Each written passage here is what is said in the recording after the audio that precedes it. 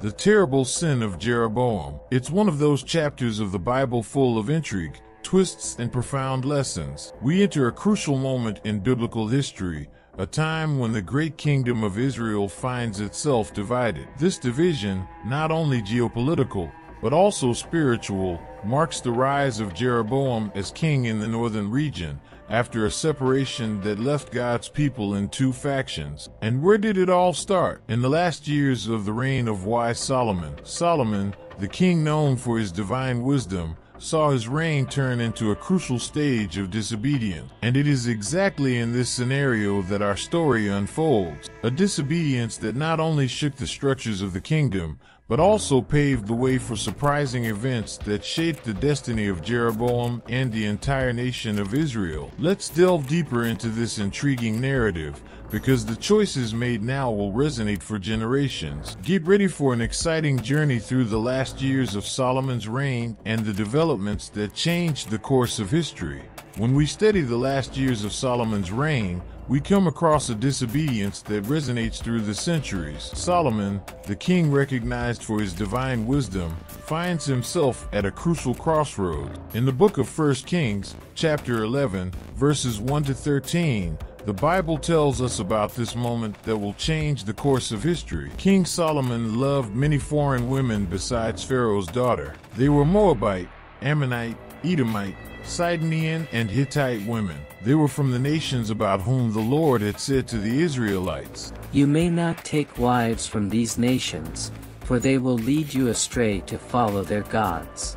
However, Solomon lovingly clung to them. 1 Kings 11 verse 1 and 2. Solomon, in his search for political and social alliances, directly disobeys the divine order by joining forces with foreign women. God had explicitly instructed him not to mix with the surrounding nations, as this could turn his heart toward strange gods. However, Solomon, seduced by power and influence, chooses a path that compromises not only his divine loyalty but also the future of the kingdom. This disobedience does not go unnoticed in the eyes of God, who, indignant, decides to act. God addresses Solomon, announcing the division of the kingdom and choosing Jeroboam to lead the northern region, promising him 10 tribes as an inheritance. Then the Lord said to him, "Since this is your attitude and you have not obeyed my covenant and my decrees, which I commanded you, I will certainly take the kingdom away from you and give it to one of your servants. However, for the love of your father David, I will not do this while you live. I will take it out of your son's hand, but I will not take away the whole kingdom from him. I will give you a tribe for the sake of David my servant, and for the sake of Jerusalem, the city I have chosen." 1 Kings 11 verse 11 to 13. Solomon's choice to follow his own path will have profound consequences, setting the stage for events that will shape Israel's destiny. We are facing a crucial turning point in biblical history, where the actions of a wise king trigger a series of events that will reverberate throughout the ages. This is where our narrative becomes even more intriguing.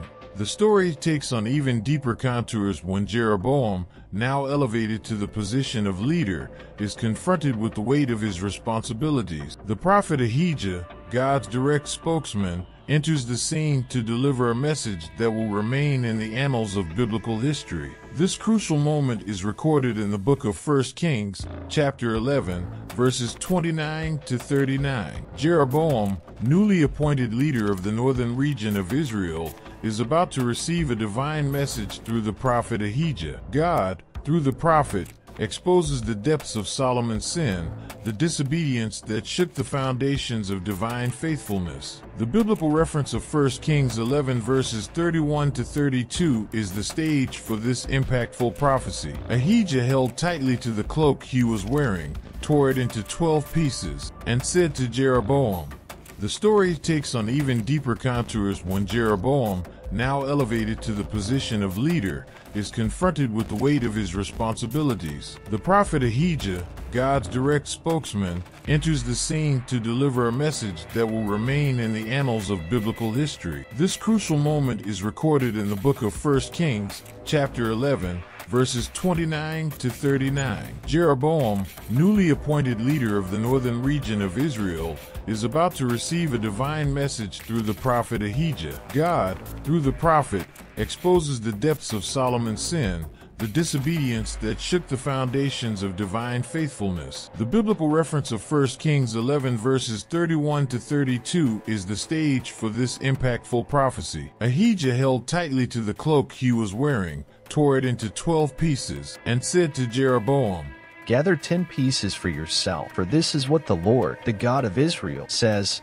Know that I will take the kingdom out of the hands of Solomon and give you 10 tribes. But for the sake of my servant David and for the city of Jerusalem, which I chose out of all the tribes of Israel, you will have 1 tribe." The message is not just about the past. It is a penetrating vision of the future. The prophecy reveals the imminent division of the kingdom, a direct consequence of Solomon's misguided choices. Jeroboam, upon hearing these prophetic words, is informed of the crucial role he will play in leading a significant portion of God's people. But the revelations don't stop there. God, through Ahijah, anticipates the future misfortunes that will befall Jeroboam's family. It is a cautionary tale, a glimpse of the tragedies that await those who stray from the divine path. With this prophecy, we are catapulted into a future filled with uncertainty and challenges, further shaping Israel's destiny. We are about to see how Jeroboam's choices, given this divine message,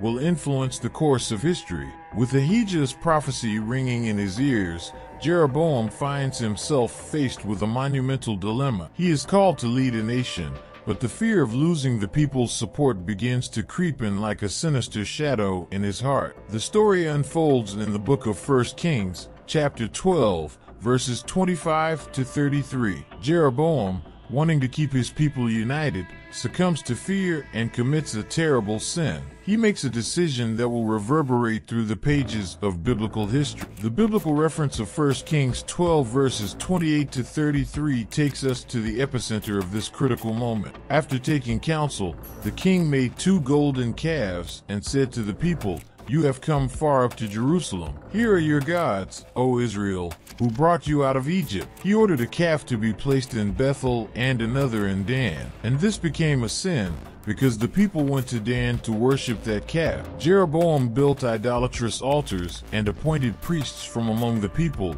even though they were not Levites. He instituted a festival on the 15th day of the 8th month, similar to the festival held in Judah, and offered sacrifices on the altar. He did this at Bethel, where he sacrificed the calves he had made. He also established priests there at their idolatrous altars. On the 15th day of the 8th month, a date he chose himself, he offered sacrifices on the altar he had built at Bethel. So he instituted the feast for the Israelites and went to the altar to burn incense. Jeroboam's fear leads him to create golden idols, establish places of peaceful enthusiasm, and drive the people away from Jerusalem. He mistakenly seeks to consolidate his leadership by moving the northern tribes away from the religious center in Jerusalem, fearing that constant wandering will bring them closer to Judah's king, Rehoboam. This choice, driven by fear, not only distances Jeroboam's people from the true worship of God, but also signals a profound separation between the northern and southern tribes. We are facing a crucial moment where Jeroboam's actions begin to shape the destiny of his reign and, consequently, the destiny of the entire people of Israel, an outcome of tragic decisions and lasting consequences.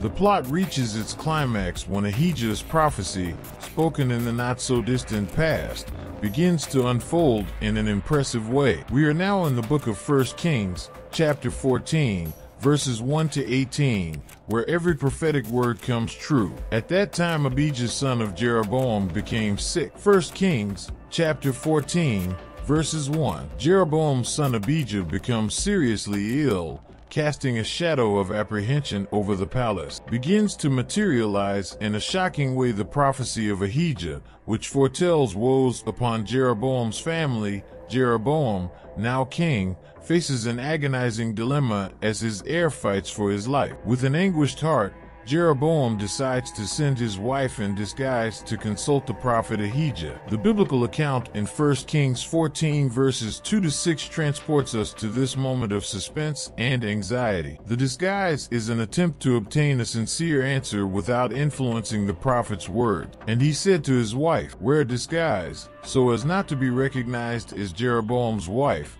and go to Shiloh, where the prophet Ahijah lies, the one who told me that I would be king over these people. Bring him 10 loaves of bread, some cakes, and a bottle of honey. He will tell you what will happen to the boy." Jeroboam's wife responded to his request and went to Ahijah's house in Shiloh. Now Ahijah could no longer see. He had become blind because of age. But the Lord had said to him, "Jeroboam's wife is coming to ask you about her son, for he is sick, and you must answer her thus and thus. When she arrives, she will pretend to be someone else." When Ahijah heard the sound of footsteps at the door, he said, "Come in, wife of Jeroboam. Why this pretense? I was tasked with delivering bad news to you." 1 Kings chapter 14, verses 2-6. The answer, however, is shocking and brings with it confirmation of the consequences of Jeroboam's sin. The prophecy unfolds like a dark puzzle, revealing not only Abijah's imminent death, but also heralding a grim fate for Jeroboam's entire lineage. "Go tell Jeroboam that this is what the Lord, the God of Israel, says. I took him from among the people and made him leader over my people Israel. I took the kingdom from David's family and gave it to you. But you have not been like my servant David, who obeyed my commandments and followed me with all his heart, doing only what I approved. You have done more evil than all who lived before you, for you have made for yourself other gods, idols of metal.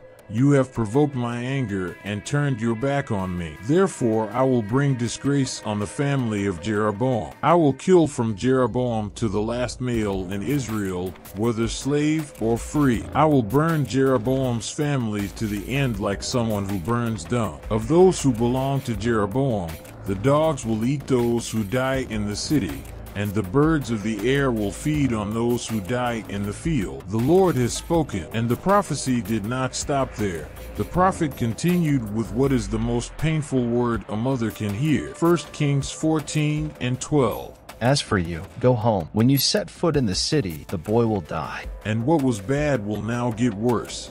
He is the only one from Jeroboam's family who will be buried, because he is the only one from Jeroboam's family in whom the Lord, the God of Israel, found anything good. The Lord will raise up for himself a king over Israel who will eliminate the family of Jeroboam. The day will come, when, right now, and the Lord will strike Israel, so that they will be like reeds waving in the water. He will uproot Israel from this good land that he gave to their ancestors and scatter them beyond the Euphrates, because they provoked the Lord's anger with the sacred poles that they made. And he will abandon Israel because of the sins that Jeroboam committed and caused Israel to commit. The story of Jeroboam, recorded in 1 Kings chapters 11-14, is more than an ancient account. It is a mirror that reflects eternal truths about choices and consequences. As we contemplate Jeroboam's choices, we are confronted with the reality that fear and disobedience can be powerful agents of deviation from God's ways. Decisions made under the aegis of fear often lead us to acts that contradict the divine will. The Bible, our compass on this spiritual journey, warns us about the dangers of these crossroads. The biblical record in 1 Kings 14 verse 8, where God speaks through the prophet Ahijah, brings light to this reflection. "And I will tear this kingdom from the house of David and give it to you, but you will not be my servant forever, but your son. For David's sake, whom I have chosen, will keep my commandments and my statutes." Even in the shadows of sin, there is a promise of divine mercy. The story of Jeroboam invites us to consider our own choices, to examine whether we are walking the paths of fear and disobedience. Yet even when we fail, divine mercy continues to guide us. The same mercy that was extended to Jeroboam, despite the tragic consequences of his actions, is within our reach. As we close this journey through the pages of Jeroboam's story, may we take with us the profound lesson that our choices shape our destiny, but God's mercy is a constant that sustains us. May this reflection inspire us to walk the paths of obedience and trust, trusting in the grace that is offered to us even when we fail. We are, after all, before a God who writes redemption even in the darkest pages of our lives. May this ancient story be a source of wisdom for today. I hope you enjoyed this journey through the story of Jeroboam. If you liked the content, leave a like, share with your friends, and don't forget to subscribe for more inspiring videos. Thanks for following us, and we'll see you in the next video. Until then,